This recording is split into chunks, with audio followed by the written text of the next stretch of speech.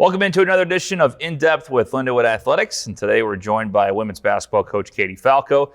Katie, thanks for joining us today after first game of the season. Had to feel good to get back on the court. It always feels good to get back on the court. Certainly didn't have the result we were hoping for, but as I mentioned to you following the game, we're just so thankful for every opportunity we have to play. You know, if anybody is, in tune with what's going on in the world in college athletics, games are getting canceled and postponed very often. So it was just really nice to be able to put on the Lindenwood uniform and try to get a measuring stick to where we're at and what we need to get better at. When you got to the arena for the first time, I mean, was it weird not seeing fans around and, the spread out seats on the bench? It had to be kind of odd. It was odd, and I have to say, we had the gym set up for the men's game a couple days prior, and so at least we got to see it a little bit there and practice kind of in that environment. But it was odd. Everything you say is usually there's crowd noise or there's some energy you feed off of, and just more activity, and it was strange, but it still felt like a game day. You come in with that mindset and you have a job to do, and you're just so excited to be there together. And I thought our girls, honestly, I thought that they handled that piece of it really well. I wasn't quite sure what it was going to feel like with nobody here, and I was worried that it was going to feel like a closed-door scrimmage kind of, and it didn't. They were fired up and felt like their focus going into the game was really good. Yeah, that's kind of was my next question, was how they reacted to it. I mean, that's what college basketball players do. They find a way no matter what. And I was curious, without the fans and how it affects these players, but it seemed like they came out well and started out really well. We did. We really had about 27 minutes of really pretty good basketball considering the first game of the year, and I was really pleased. I mean, the first few minutes, how they came out really composed and high energy. They started the game really strong, and we carried that through the most of the game until late.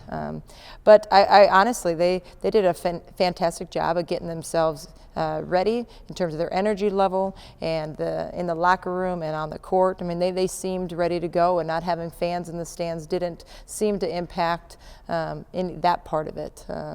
We'll discuss here as we go on a little bit for some of the breakdowns that we had, but the focus, the energy, the excitement to be able to play, that was all a really high level, and I was proud of them for handling that with maturity. Yeah, and you guys started out the game very well. I mean, shooting the ball 50% in the first half and even better in the third quarter. And, against a team like Drury, you guys go 0-2 last season, including the GLVC championship. I believe we're set to play them again in the NCAA tournament before COVID hit. So there's a lot of, back and forth between both these teams, and you guys have always played them well in the early going in each game, and did it again, shooting the ball well. What did you see from your team in the first half? Yeah, I saw some really good ball movement. I saw really some pretty good intensity in terms of what we needed to do defensively. We bought into the game plan early on.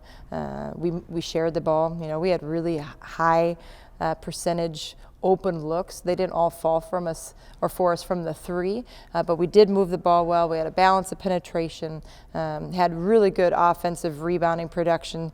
Julia Ruzovic was just phenomenal in that first half. I think she had 24 and 12, and I think 6 offensive rebounds. She was really cleaning up the misses that we did have, and was fantastic. I mean, she played a game that we know that she's capable of. That was a really strong highlight of our first game. She showed up ready to go. You could tell having the second year, she has a little bit more understanding of what's expected of her, what our team does, how we can fit together, and she just really came out and carried us really in that first half. It was really nice to see Hennessy back out there. She had another really good, productive game. And so that's what you get when you play together. You move the ball, you rebound, and then you guard. We had a transition plan defensively of our point guards getting up. Hennessy stopped the ball, kept them from going fast in transition, because that's one thing that Drury is really good at, is their transition play. And we sent 2 people back, and Hennessy stopping the ball, and we executed those things. We really did. And you have a few more threes fall in that first half, and we're not down, 9 going into the half. And we did a great job. We had some early turnovers in the first quarter. Second quarter, we cleaned it up. I think we had 1 turnover in the second quarter. So at halftime, we really felt like we were in a great position to be able to compete, and it was a game. Yeah, absolutely. It was a game. In the first half, too. So eventually all 3 freshmen got in, which was cool to see, the young people get in. Grace Neff starts, and, I mean, what a wild time. First of all, first collegiate start, but then with everything that happened with COVID, not getting a full off season, had to be some nerves, but she played really well. She did. She was another good highlight. Honestly, the score is not reflective. It's reflective of the game and how we finished it 100%, and we're going to grow from it. This is a fantastic learning opportunity, and we got back to the drawing board, and as a coach, and figuring out what we can do, what I can do better, what we can help our team with, and get down to some of the basics. But there's so many good pieces that we could take from that, with the exception of the last 13 minutes, and Grace was one of them. For her to have the composure as a freshman, to be put in a point guard role, is a high pressure situation, and then you open up with a team that likes a full court run and jump and trap and press. She finished the game with 8 assists and 1 turnover. I'd say that's a pretty good little debut for her as a freshman. She's going to be a good player for us. She just makes so much happen. Her vision is incredible. She really utilizes her teammates. She creates opportunities for them.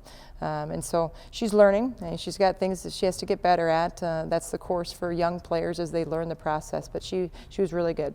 And I was happy to see the other 3 young ladies get into the game too. I mean, they're just they're excited, they're ambitious, they're trying to be sponges right now in terms of taking in as much information as they can from the coaches and from their teammates, and then figure out where is their place, where is their role, and I'm really quite pleased with their transition. I've noticed too, and it's really hard as a coach, I'm sure, every year, and it just talks about what you guys ingrain in these players right when they get on campus. But to get the newcomers to mesh with, the returners the way you guys do has been, very impressive the last couple of years. And going into the first game, of course there are mistakes, of course there's things you want to work on, but I mean, overall, it seemed like team chemistry's there. It seems like, besides a couple little bumps in the road here and there, they're playing really good basketball together, especially, like you said, in 27 of those minutes. A lot of teams can't say they play a good first total half in the first game. You guys played pretty well all the way through the third quarter, and the young players looked like they really stepped in and did well. They did, and you got to give the players credit for meshing. We do talk a lot on the court in film sessions about player tendencies. What is your role? What do we need from you? So I think that certainly helps, but you need the players to buy into that. And they spend a lot of time off the court together. That's one thing that I've always just really appreciated, is just how close of friends they are and how much they engage in each other and how much they enjoy each other. You build that relationship. Then there's trust factor on the court.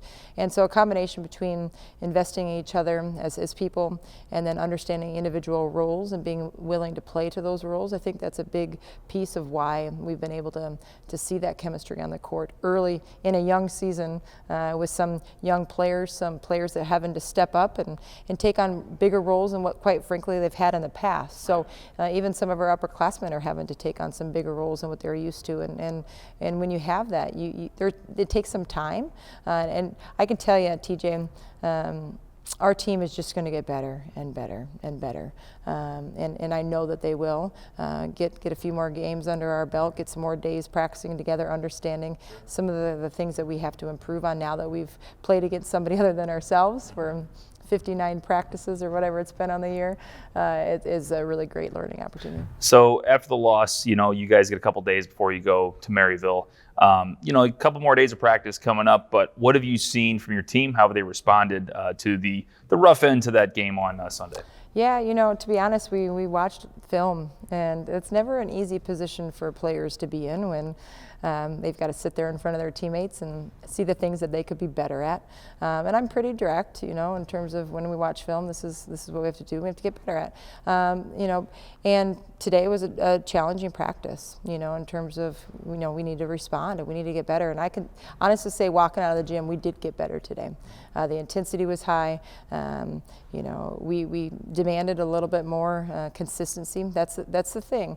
And the more consistent we can be as coaches, the more consistent our players are going to be. And that's where I look at that a lot too, and be like, well, how can I be better? What can I do to help them along in the process? Because everybody on our team wants to do well.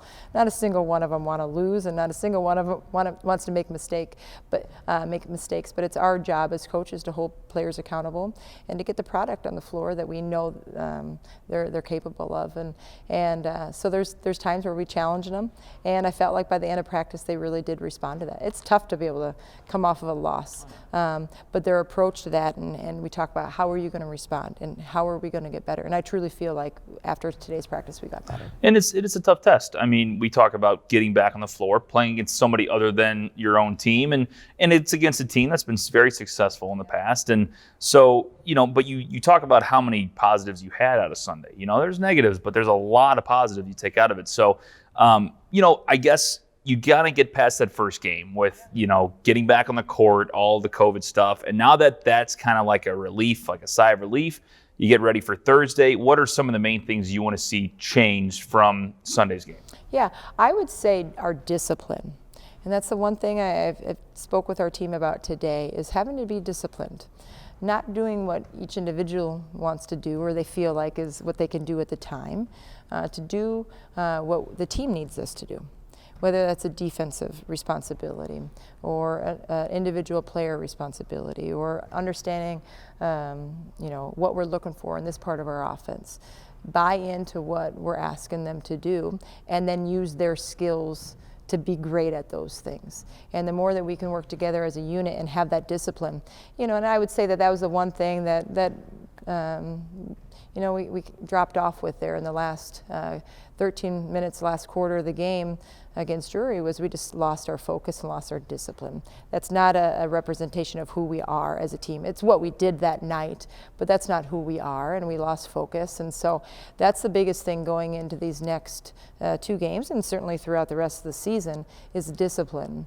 And when we can do that, and when we can play together, and we can do what we're being asked, and then use their incredible talents. This team is so talented. It's unbelievable how talented these young ladies are and how good of people they are.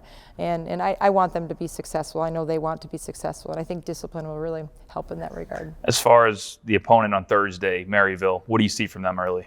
They play really hard. They're well coached. They're scrappy. They run a lot of ball screens, so we're going to have to do a good job of handling ball screen action, motion action.